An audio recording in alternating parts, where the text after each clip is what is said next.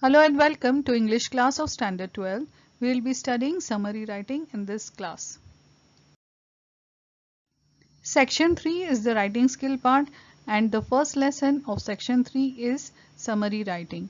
Now what is a summary writing? Summary writing, this topic we have done it in our lower classes also.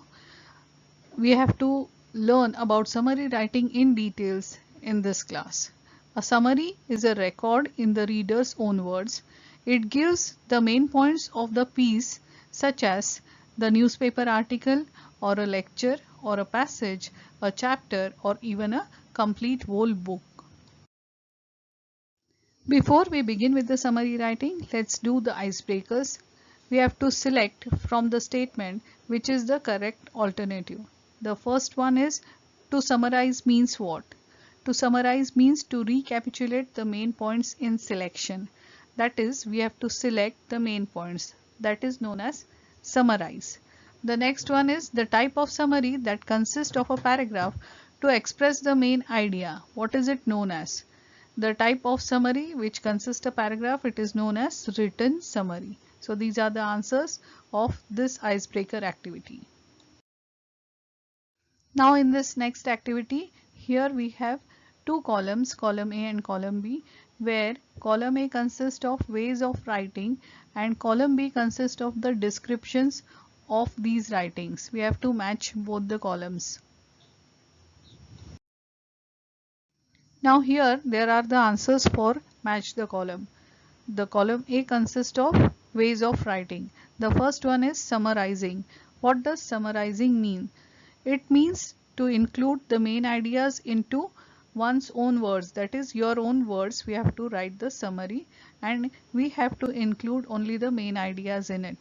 The next one is paraphrasing. Paraphrasing means it is identical to the original piece of writing which we are paraphrasing and it should match to the article word by word.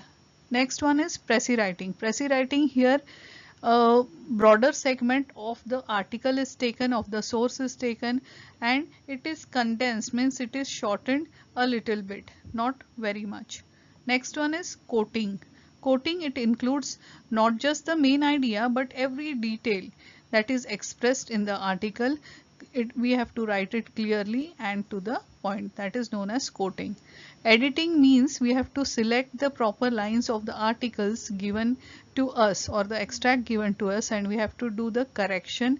And condensation. Condensation means again to shorten and we have to organize that article, that matter which is given to us.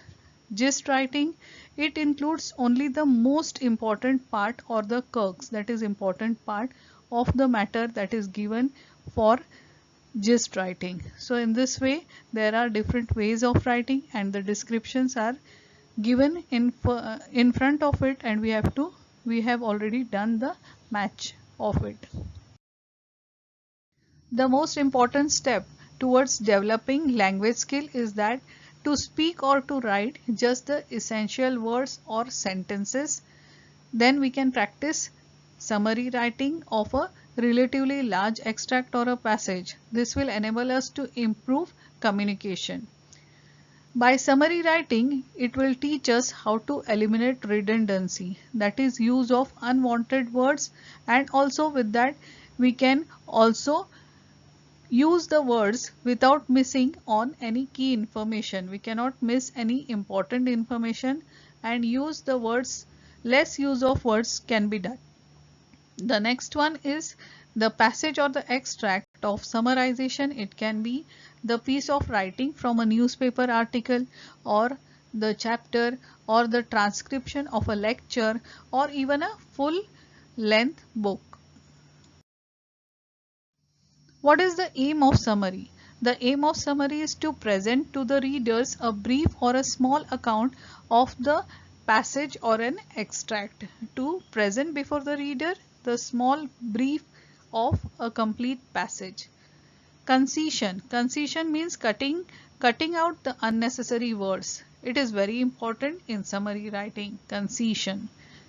Similarly, we can omit details such as examples, quotations, informations given within the brackets or dashes repetitions and figurative language. All these things we can avoid while writing summary.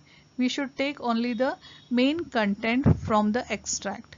While writing summary, we must be careful. We should not omit the important information. We must not omit the key information. Likewise, we must not add any ideas of our own, or we should not include our own comments. Above all, we should remember that summary must be written in our own words. So these are the most important things that we should remember while writing a good summary. To begin with our chapter, brevity is the soul of wit, which means concision, that is cutting down of unnecessary words while conveying an idea. Wit means to convey the knowledge or to give the idea. This is one of the countless maxims which is coined by William Shakespeare. It is one of the important concept which is given by Shakespeare from many other concepts that William Shakespeare has given, many other maxims that William Shakespeare has given, and it has its relevance to speaking as well as writing. That is, we can relate it to speaking as well as writing, that we should be cutting down unnecessary words while conveying an idea. The main aim of it is to communicate well by eliminating redundancy, that is eliminating unimportant words without omitting any important information. Summary writing, it is one of its kinds that has been described as one of the elementary principles of writing. That is, we have to be concise, we have to be using limited words while writing a summary. This is the basic principle of summary writing without eliminating important information. The important thing that is required for developing the language skill is to speak what is required or to write what is necessary. It is most important to be brief in written expression. To express in brief the main points of the written record, it is summary writing skill, and that we can develop by practice. Summarizing has a definite purpose. The purpose of summary writing is that we should give the reader a clear, objective picture of the original text. Most important is the summary. It gives main points of the text or a lecture without giving examples or details such as dates, numbers, or statistics. What are the important do's of summary writing? What exactly we should do while writing summary? We should read and reread the passage again and again. We should understand what the passage wants to convey. We should read the instructions what are given in the passage. We should find exactly what we need to summarize, what exactly we have to summarize. We should identify the main idea, that is the key information, through the process of asking questions as to related to the extract, and then we have to find out the main idea or the key information, what exactly the passage wants to convey. We should form short sentences of our own. We should connect these sentences with the linkers such as linker words such as but, because, so, and we have to make the sentence. We should remove redundant, that is extra words and sentences from the key sentences, that is important sentences. We should omit unnecessary details, and we should avoid giving the interpretation, that is what we come to know from the passage, that we should avoid. That is known as avoid our own interpretation, and then we have to write the summary. Now, as in the last slide we have seen the do's of summary writing, in this slide we are going to see what are the don'ts of summary writing. What should we not do for summary writing? We should not include any information from our side. We should not exclude anything from the extract which is important. We should not add any extra information while writing summary. We should not give our own comments while writing summary, or we should not give examples in the summary. So these are the important things that we should remember, that we should not do while writing summary. Now we will take a practical example of an article and we will summarize it. It is from the textbook. As an example, let us take that article for summary. Learning disability, which is also in short called as LD, it is an umbrella term for a wide variety of learning problems. Children with learning disorder, that is the children those who are unable to learn quickly, they might be labeled as slow learners, but they are as smart as everyone else. They just need to be taught in a proper environment conducive to their learning speed and level. Observations of child over a period of time by the parents at home and the teachers in school, they can provide valuable information about the way a child is able to learn and function in all the ways that he should be able to at that age and that level. There may be certain apparent problems while reading, writing, listening, speaking, reasoning, and dealing with maths. Once these problems are identified, it is the time for proper investigation. So it is important in order to clarify specific learning orders and also rule out any other issue affecting the student's educational progress. In this complete paragraph, it is given about learning disability of the children and about what are the problems with them about reading, writing, listening or speaking and so on, and the complete paragraph it deals with the learning disability of the child. As we go on reading, we come to know it is about the problems of the children, those who are unable to learn along with the normal children. While reading, we come to know that there are certain disabilities with the children. They are unable to perform like normal children. When the investigations that are done, we come to know that there are various types of disorders such as dyslexia, dysgraphia, dyscalculia, specific reading disability, auditor processing disorder, and we have underlined all these important terms. Auditor processing disorder, it is also known as the central auditory processing disorder. Now this is an extra information about a particular problem. It is a condition that affects the sounds that travels unimpeded through the ear and is processed or interpreted by the brain. Individuals with APD, that is auditor processing disorder, they do not recognize subtle differences between sounds and words. So this is about a specific disorder. We have underlined certain disorders which we think are important from that information. In this paragraph, when we read it, we come to know that the details of all the problems are given here, and as we have said that we should exclude the details or the examples of it, so we are going to exclude this paragraph. We are not going to underline any of the sentences from this paragraph. Now here, when we read this paragraph, let us see what are the important points. There are many other learning disabilities that can be identified. Now this is a different point, that there are other learning disabilities also and that need to be identified. In normal classrooms at school level, there are certain disabilities. Such problems can be solved to a great extent by using various methods and treatments if they are diagnosed in an early stage. Inclusion in education, that is to include these children with normal children in the classroom, that is known as inclusion. Inclusion in education is one of the ways to solve the problems of children with learning disorder. So we have underlined this line. In a mixed ability classroom with efficient teaching methods and conducive environment, with proper environment, a child with learning disability, he can progress in not only education but also in social interaction.